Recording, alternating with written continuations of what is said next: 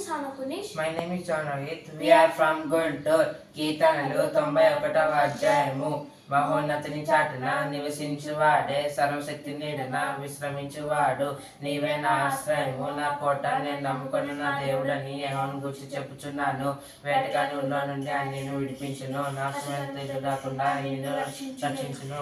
ఆయన రెక్కలతో నిన్ను కప్పును, ఆయన రెక్కల కింద నీకు ఆశ్రయం కలుగును. ఆయన సత్యము కీడమును డాలనై ఉన్నది. రాత్రి వేళ కలుగు భయముకైనను, పగటి వేళ ఎగురు బాణముకైనను, చీకట్లో సంచరించే తెగులుకైనను, మధ్యాహ్నం పార్చే రోగంకైనను నీ భయపడుకుందువు. నీ పక్కన 1000 మంది పడినను, నీ కుడి పక్కన 10,000 మంది కూలినను, ఏ అపాయం నీ అంతకు రాదు. నీ కళ్ళ సూచుండగా భక్తిలకు ప్రతిఫలము కలుగును. యెహోవా నీవే నా ఆశ్రయమని, నీవు మహోన్నత దేవుని నీకు నివాసరంగా చేసుకుని ఉన్నావు. ఏ అపాయం నీ అంతకు రాదు, ఏ తెగులు నీ గుడారం సమీపించదు.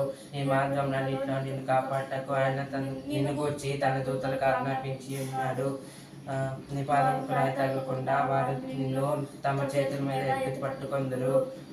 సింహములను నాగపాములను త్రొక్కేదవు, కొదరు సింహములను భుజంగములను అనగా త్రొక్కేదవు. అతను ప్రేమించున్నాడు కనుక నేను అతన్ని తప్పించదును, అతను నా నామం ఎరిగిన వాడు కనుక నేను అతన్ని గనపరచెదను. అతను నాకు మొదలుపెట్టగా నేను అతనికి ఉత్తరం ఇచ్చేదను. సమయంలో అతనికి తోడై ఉంటేదను, అతను విడిపించి అతను గొప్ప చేసేదను. దీర్ఘ చేత అతను తృప్తిపరచెదను, నా రక్షణ అతనికి చూపించేదను. Thank you all.